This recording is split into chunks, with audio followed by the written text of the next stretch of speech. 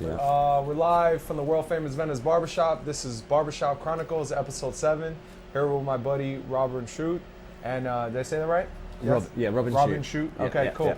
And we're gonna do haircuts and vibe with awesome people and hear some stories.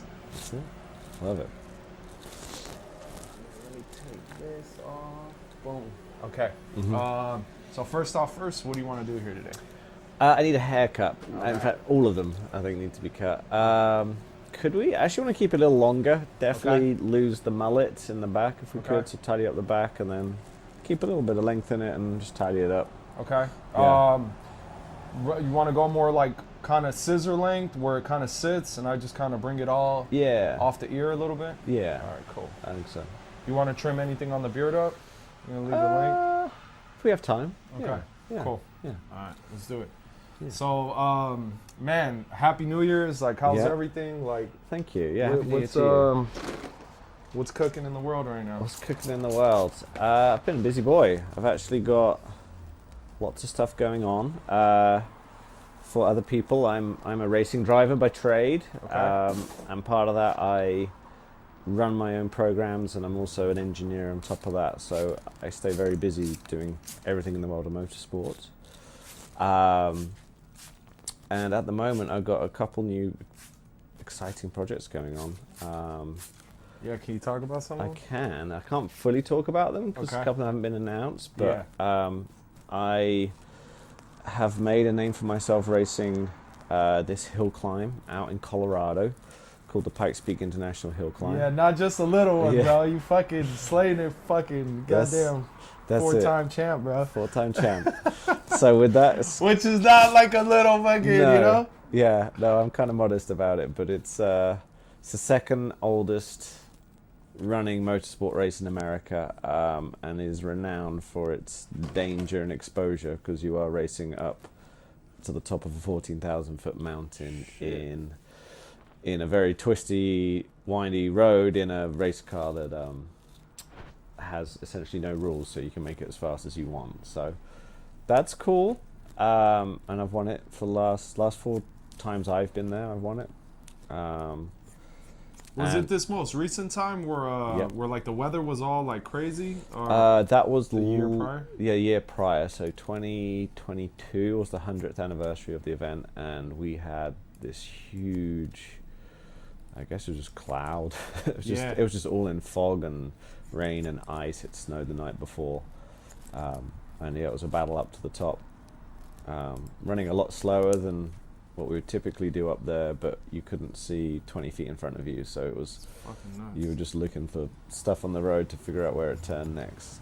How fast are you going, like, at that time? Like, you can't see 20 feet in you basically, you know what's coming up, you just don't know how fast you're going. It's a bit like snowboarding, your most familiar run without any visibility. You know roughly where you are, but you don't know when to anticipate things, so you really have to slow down. So where we would probably be doing 130 mile an hour, you're sort of down to about 60 or 70, so you're really like half the speed. Shit.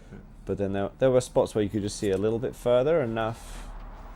You know, if you have probably, I don't know, 100 feet of visibility, you can place yourself much better, so you really don't have to slow down too much. So when it's insanely whited out, and you don't know where you are, you really have to back off because the road could twist and turn at any moment because you can't get a feeling for the depth or your speed. Whereas you can get a little more, so you can react and place yourself a bit better, then you don't really have to slow down because you know where you are at that point. Yeah. So somebody who's never driven the road before wouldn't be that brave or that fast by any means, but for yourself, you're more actually focused then on the road conditions because sometimes it's wet and sometimes it's dry. How many times did you get you get a couple run-throughs? Like, I mean, you've been doing it for a while now, so like, how does it work? Like, can you just go out there and practice before everybody else, or like? Yeah, so you all practice together. It's actually really hard to get practice time on the mountain. It's a public road for all the year. Oh shit. So when we go and practice it, we do it essentially before it opens to the public. So it opens up at, we're led on the mountain at about 3 a.m. and then we start, we set up, and then we start running at sunrise, which is about 5:30, 5:30, and then we run through to 8:30 a.m. and then it opens up to the public. So you're also only practicing the mountain in sections, so they split it up into 3 sections, so you'll only be doing one of those. The only time you run the mountain at its full length and entirety in one go is on race day. And race day itself, you don't get any practice beforehand. You're going in cold, basically. There's no warm up, there's no nothing. You have to be on it from the get-go. So that makes it a pretty unique challenge that you have. It's almost like memory muscle, huh? Yeah, it's like you'll get 9 days on the mountain before race day, basically, with all the practices, and each one of those you're just practicing a little section. Is there anything you could compare it to? Like, can you go, like, if someone were getting into it and they, where can they go practice, like, something even similar to, like, what Pikes Peak is? Or it's one of those ones where you couldn't really directly practice it, but going and racing and doing, a whole multitude of different competitions will prepare you for that, because it's sort of like the ultimate test of racing. You get a lot of pro drivers will, essentially retire. They'll still be racing, but they essentially retire from being full time, and then they go and pick events for themselves to go and do for their own challenge. And this is one of those events where people go for that. They go there for the unique challenge it presents, and the fact that you can't just continually practice it and get good at it. Yeah. So it's different in that regard, but just being a good all-round racing driver, it's kind of a mixture of road racing and also rally racing as well. Yeah. It's like a combination of those 2 disciplines combined. It's what it takes. It's pretty unique in that regard. It's fucking badass. Yeah. How long do you have racing now? Gosh, it's a complicated question. I started racing karts when I was about 12, 13. Oh shit. Didn't do that for long, and then I actually had quite a long pause from motorsport, and then I got back into it at about age 24. Okay. And then been doing it for 10, 11 years. At since. 12, what was the start there? Like, how'd you get into it? Like, mom, dad? Like. Yeah, Dad's always worked with cars and actually raced. He hill climbs as well, believe it or not, but back in the UK. Nice. Where there's a lot more competitions, but they're way shorter and smaller, and they're tiny little hills. So very, very different. So it was always in my blood, in my family, and it was just finding my opportunities to go and do that. And what's kind of unique for me is build and prepare and operate the cars myself with friends, rather than it was very much a hobby and an amateur thing when we started, and it's now turned into a professional thing. So it's pretty. We did it very differently. We did it not the usual way, but But that's like the best way. I mean, I man, think being so, able to just take apart a car and just getting in the block and then be like, hey, change this, change that. It's like it's a fucking skill, dude. The way technology and AI is going, bro. A lot of people, like, it's gonna go. You're gonna need that shit, I love it. I think AI can be super empowering for a lot of individuals, as it takes away the need for kind of expertise in areas that are not necessarily super important. For sure. So go and do what you want to go and do, and also just simplify time-consuming menial tasks. I think it's giving, in some ways, it's giving the power to the individual as much as it comes with its challenges. And then, so you said the Pikes Peak's coming up? It is. June. June? Okay. Yeah. Nice. So it's a little ways away, but the entries are going in now, and I have I'll be announcing at some point a new program with a OEM, so an auto manufacturer doing that.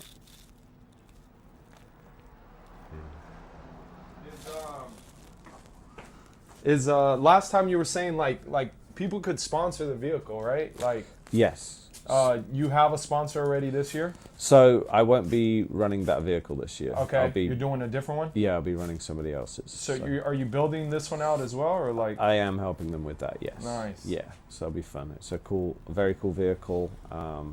and excited to kind of express myself and the Sendy Club team onto that car as well. So we have some freedoms on that, which will be great. So that's super dope. That should be exciting. And then we're still continuing with my car as well, and then we're going to do what's called time attack events with it, which was based actually on race circuits rather than hill climb, and that's where you're going for the fastest lap time basically. So that's just more performance, right? Like yeah, that's crazy. Yeah. And that's still out in Pikes Peak as well? No, so that's now all across the country doing that. Oh shit. Yeah. So we did our first. We tried it out last October. We went to Laguna Seca and did one of those events. So that's over in Monterey and kind of just south of San Francisco, basically, but that sort of Northern California area. It's more Central California, let's be honest. And that was great. We kind of proved that we were faster than an Indy car at that point. We were trying to set the overall lap record, which we didn't quite get to, but that was kind of down to us learning about the car and running it on a circuit like that, and also the conditions that weekend were not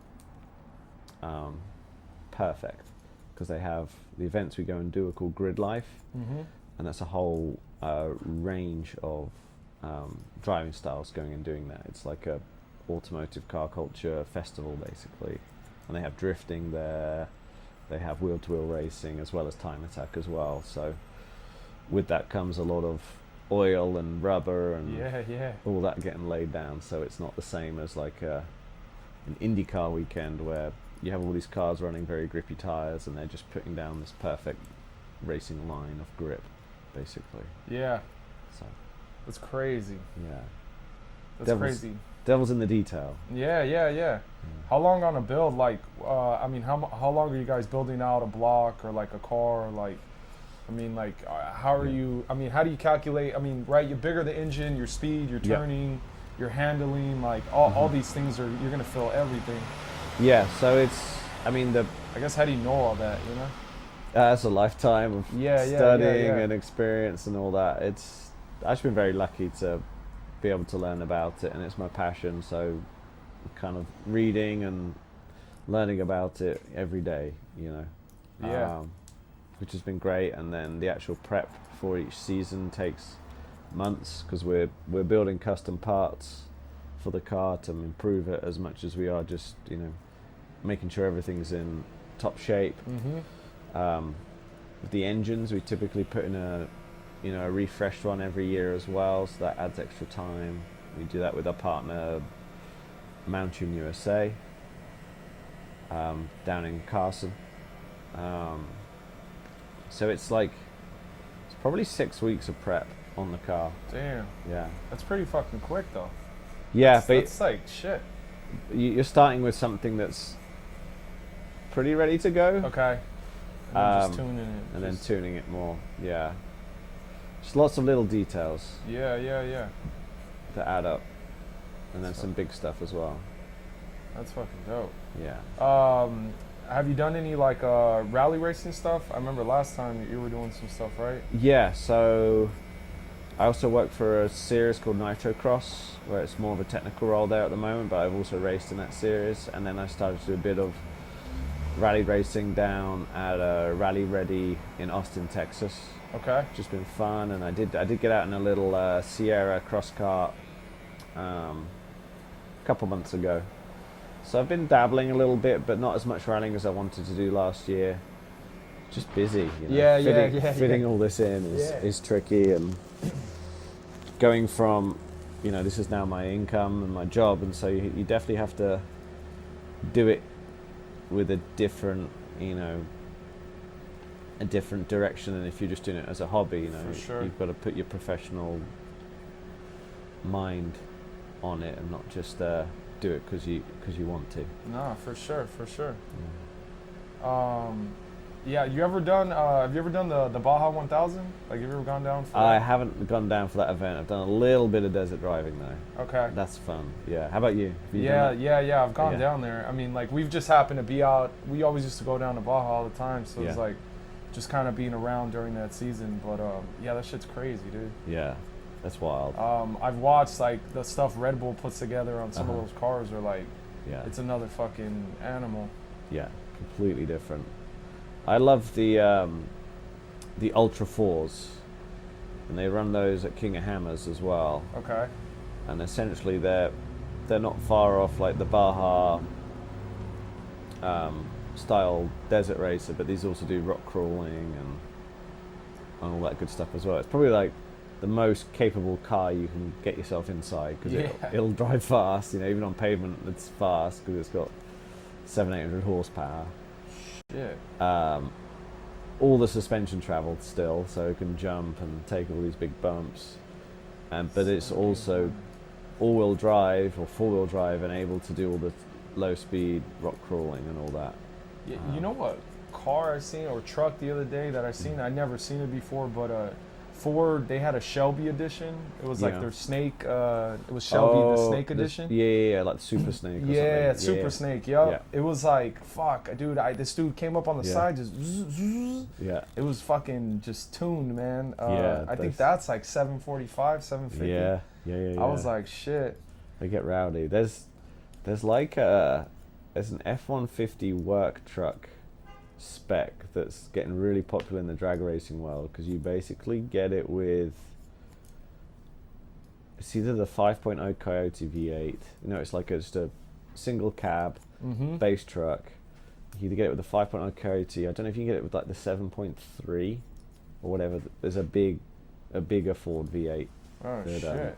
That's, you know, again, because it's built for towing. Yeah. But then you can go and bolt superchargers to them, and the thing's rowdy as hell.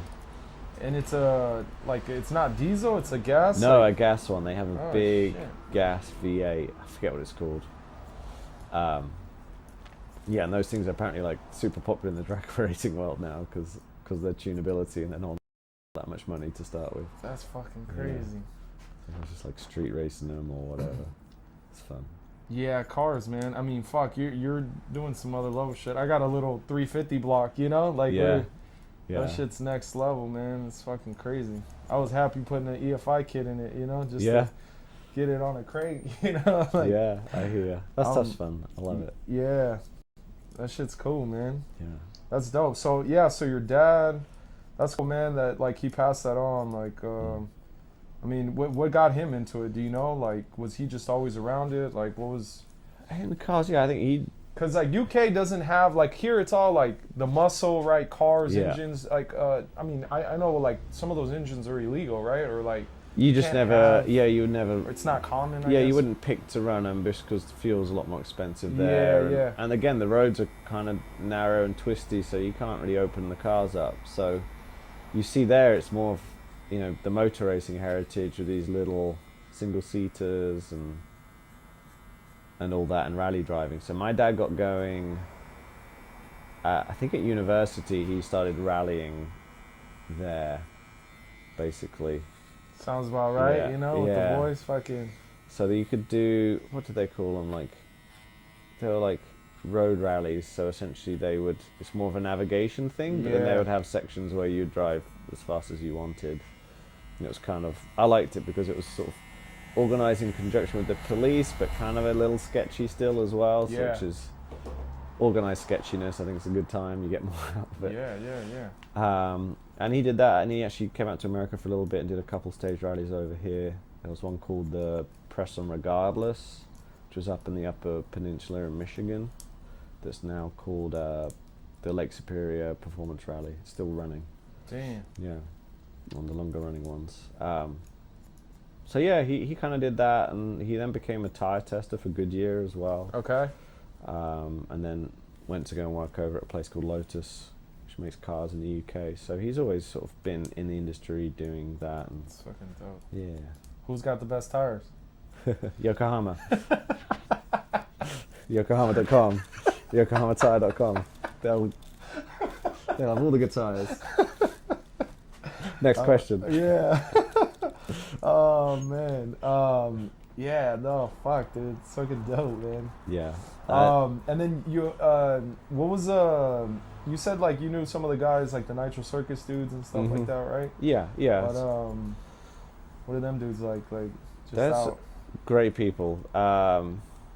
Nitro Cross is the series, which is this Rallycross series essentially is like a That's mixture. where they're taking those like the hatchbacks, right? Like Yeah, those. that's it. Yeah. What was the one? The Subarus they had, and what was the Ford one that they were? the Fiesta, The Fiesta, right? and the Focus. Yeah, tiny little things. And they just fucking rip. Yeah, big jumps. 100 and like I was racing the cyber sides, and we were jumping like 130 feet on the track on some of the jumps. Fuck. And you look at the world record side by side jump; it was only like 160 feet, so we weren't far off the world record. Yeah. And we were racing each other wheel to wheel. So, yeah, there's courses designed by Travis Pastrana. Kind of that. It's like the cross between short course off-road racing and supercross and also rallycross. That's kind of the blend of sports to come off those tracks. But they're really well designed, and they're, you know, the intention is that, you know, jumping is part of the challenge, and you have to, you know, adjust your speed for them, and you've got different lines you can take. And then on a jump though, are you flooring on the jump, or like what's the strategy like? It really depends on the jump, and it depends on the vehicle. The cyber sides are pretty sensitive to it. You've got to be really careful not to go end over end with them, which I have done, and that hurt. But basically, how you compress the suspension is sort of pretty important. So some jumps are just flat out. Other ones you have to essentially slow up a little bit, so you dab the brakes, but then you've got to go back to throttle and get the rear settled before you actually take off. So getting that compression on the rear end so that the things, you know, fly without rotating forward or rotating poorly is important. And then once you're in the air, you need to not be spinning the wheels up too hard, because when you land, you'll break something basically. So you want to try and keep the wheels in the air at similar speed to how you're going to be landing. It's a bit of art. But so if you slow in the air with the brakes, the thing will rotate forward, and then so the more powerful cars you can actually then hit the throttle and it'll actually rotate, you know, bring the nose up, like similar to a dirt bike basically. So you can adjust the attitude based on your throttle.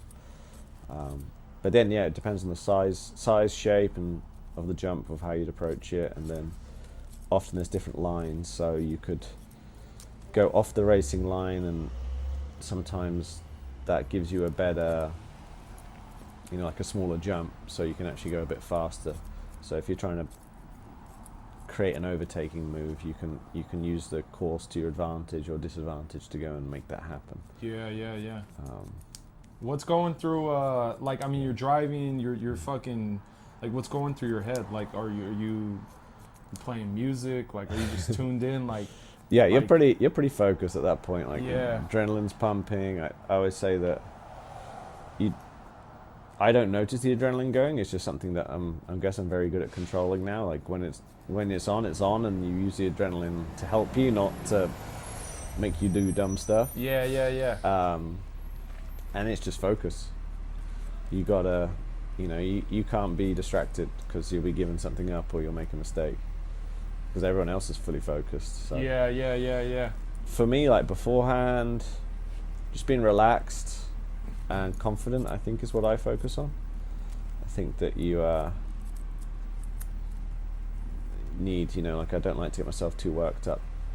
And if it's, you know, some races like Pikes on race days, a lot of people around, a lot of things going on, I'll typically get in the car early with my helmet on and visor down, just so I can zone out and focus. And it's pretty dope. Yeah. So it depends on the race, depends on the day, but try and stay relaxed, try and stay focused. Often, like, have a little nap. It's funny, just like eyes closed and just chill out and let the brain relax. Calm in the just, and like, stillness, right? Yeah, like, that's it. And then all hell breaks loose. So it's fun. It's fucking dope. It's just probably just so fucking natural too. Like, yeah, it's fucking crazy. I'd probably be on the, like, yeah. I don't know. It's like, I always think of this shit. Hold on, real quick. Let me know how that looks right there. That's good. Yeah, I like it. Left a lot of weight just off the top, so just kind of scissored it in. That looks awesome. Cleaned up the neck. Love it. Do you want to bring down the beard? Let's do it. How short do you want to go on it? Like, what do you think? Like, a 1 would probably be half of that. A 2 might let's take down a little bit. Let's do a 1. Okay. Yeah. All right. Yeah. Yeah, no, I think of like I don't know, fucking go-kart world or some shit, Yeah. you know? Yeah. And it's like I get in this thing and I'm just like, I'm just gonna fucking floor it, right? Because I'm like, you just, I don't know, you're just like a kid, you know? I mean, I think that's the best way to approach it, honestly. Mm-hmm. That's kind of where I focus on is don't think it's probably about more fun than fear, right? Like, exactly. Yeah, if you're overthinking everything, then that's a problem. Yeah. Like you got to focus on the things you can control and don't worry about the things that you can't. Well, just a little bit. Oh, for sure. It's like, yeah. You could fucking control this vehicle. Yeah, because you can really psych yourself out of. Hold on. I don't want you eating one here right here.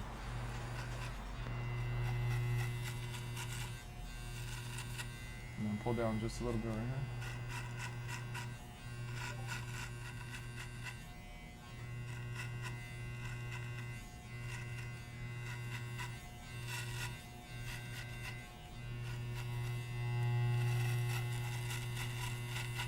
Nah, but yeah, I could see just going in, fucking just fucking rip. That shit's dope though. Like I trip out seeing everybody out there. I mean, it just looks like everybody's just fucking having a blast. You know, They are jumping fucking ramps and like even like the nitro circus shit. I'm like, they're just like, let's make a really big ramp and jump off of it. You know? Yeah, I love that format of racing. Super fun. I always think of it a bit like a bar brawl. Mm-hmm. Where everyone's just like 3, 2, 1, start fighting, and you got like 2 minutes, and then you're done, and then you go there, and then you go again in another hour. Yeah, that shit's dope.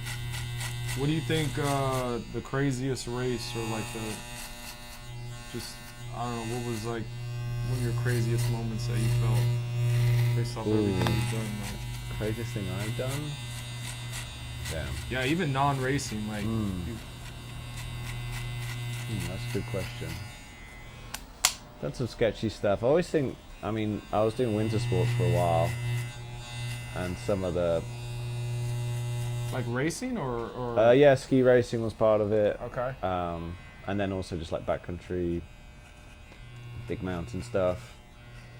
There's obviously where I feel most exposed. I think that's why I do well at Pikes is like you're on a mountain, so that's quite comforting for me actually. I'm used to that. I'm used to being up there. Hold on, let me just get this real quick. Pull down right here.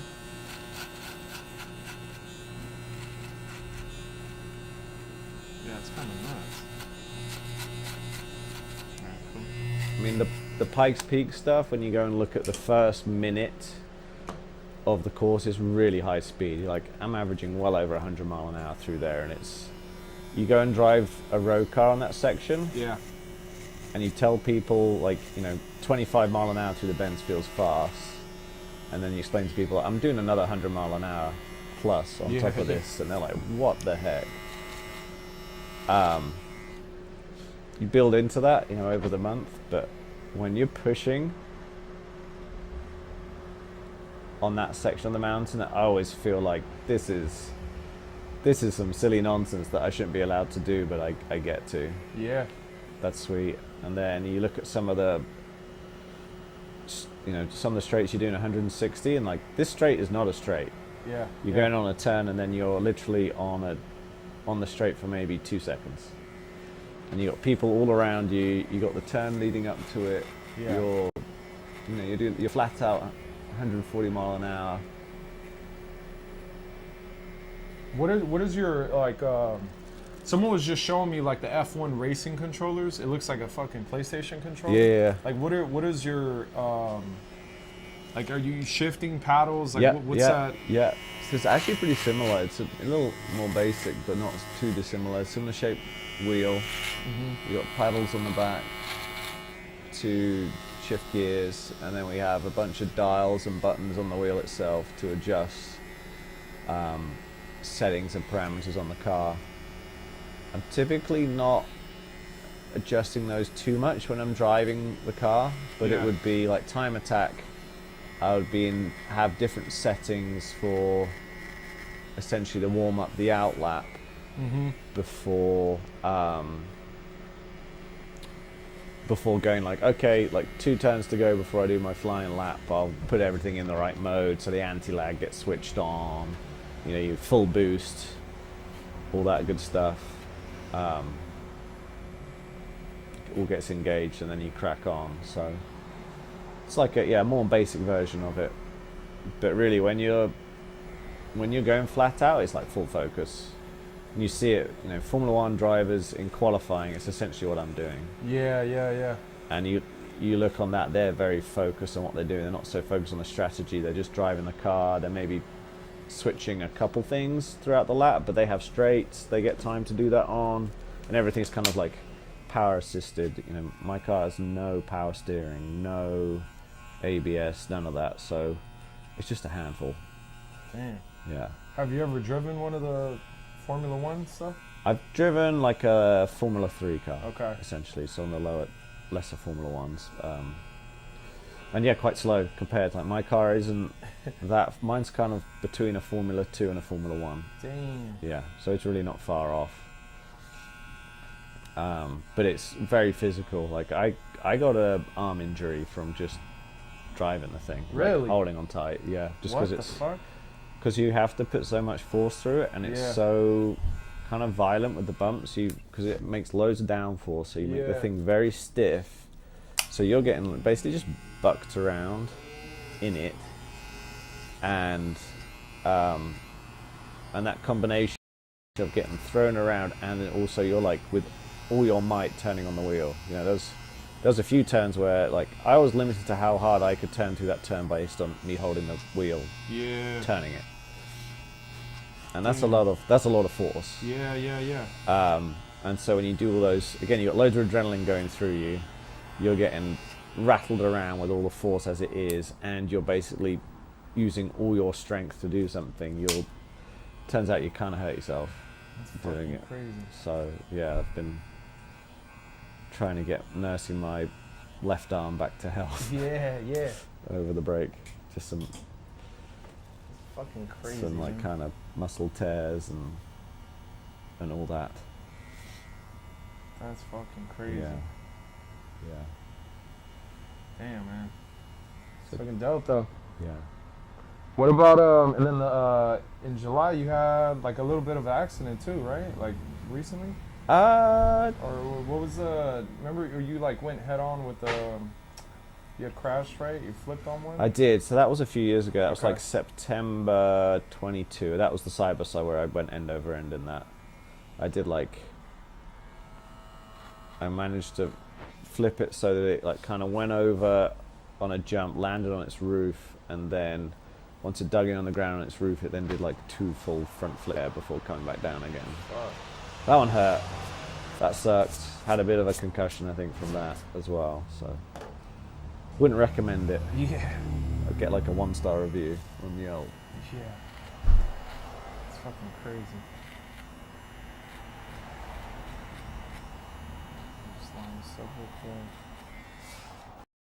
Man, yeah, dude. Shit's fucking dope.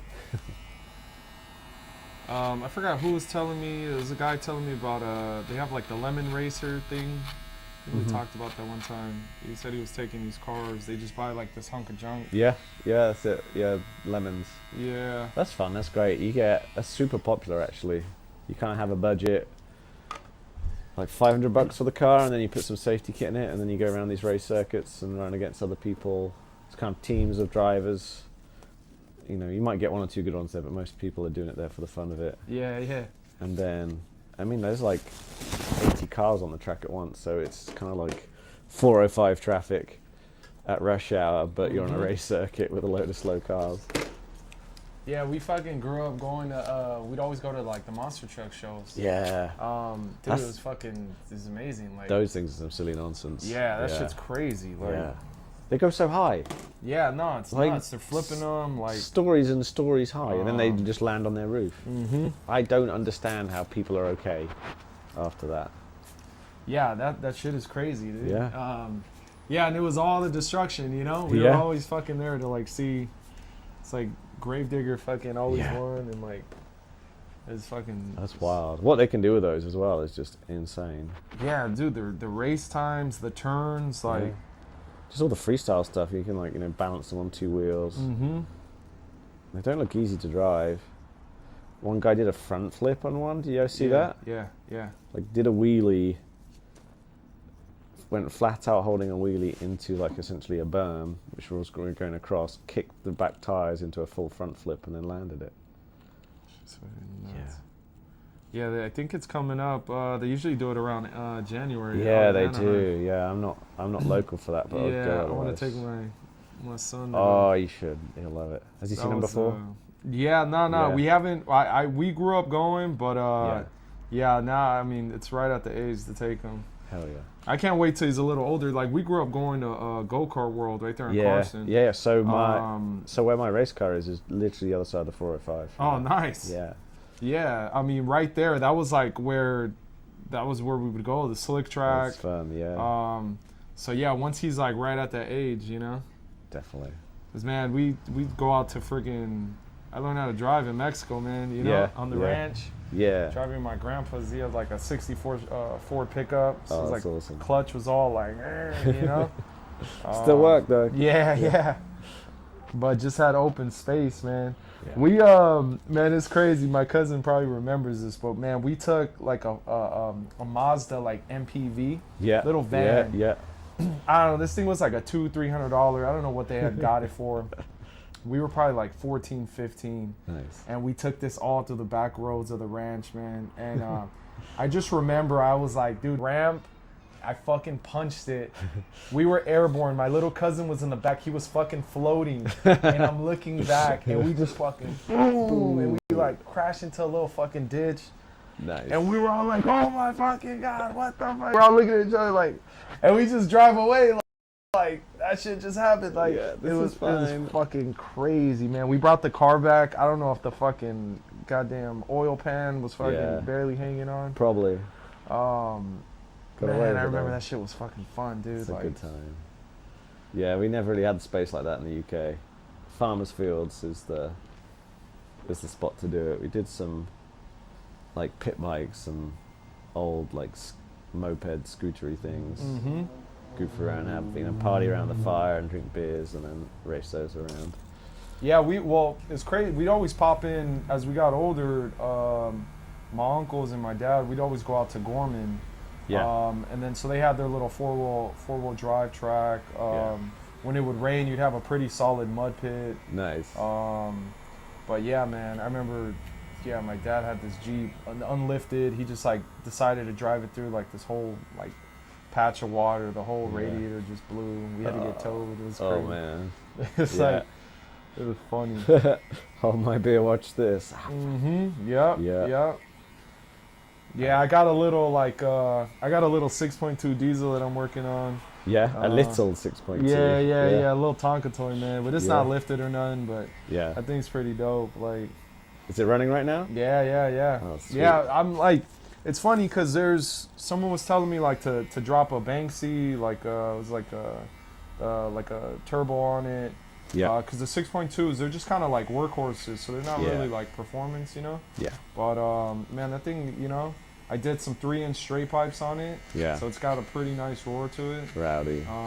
We even bent them down coming in, so they're not straight into the back, so it's got a little echo chamber to it. Nice. But yeah, man. I mean, I really want to take it like fucking boggers and get a little wild with it, but yeah, for the time being, I'm like, man, just enjoying it. That's neat. Yeah, that shit's fun though, dude. Just being outdoors like that. I mean, that's what I think of all that. Like, yeah. That's why I trip out. Like when Travis was doing all that shit, it's just like, dude, just being out, just fucking racing the fucking cars. Like, he's a genius. Like I don't think people always see how he works, the behind the scenes, but he's a really smart guy. Everything's very calculated and thought out, but then what he does is utterly insane. So he's just like incredibly calculating it, all the crazy shit he does. Yeah. And that makes it even cooler, I think. shit's crazy, dude. His Gymkhana video he did down in Florida was just wild. I thought it was so cool. And then when they took over like North Carolina, where they were like had the pace cars right through the street, they like shut down everything. Yeah, that's it. Yeah. It's like fuck, dude, it's fucking nuts. Yeah. Cool, man. All right, man. Let me just get the rest of your neck. Yep. We're good to go. What would be one thing like in all the years, like just whether just life, driving, like what's something that like I guess it's more of a universal thing, but I guess something you've learned, something you'd pass on to someone, like whether you learned that through driving, through life, just life, like what's something that's kind of held with you as you do all this, or whether it's perseverance or I think so. I think like for me it's a story of perseverance, and I'd always say to people, just be good, do your best and keep doing better. I think that's what gets you to where you want to go. A lot of people, say they're working hard but kind of aren't, and you know, truly there's going to be somebody else out there working harder than you, so all you can do is your absolute fucking toes.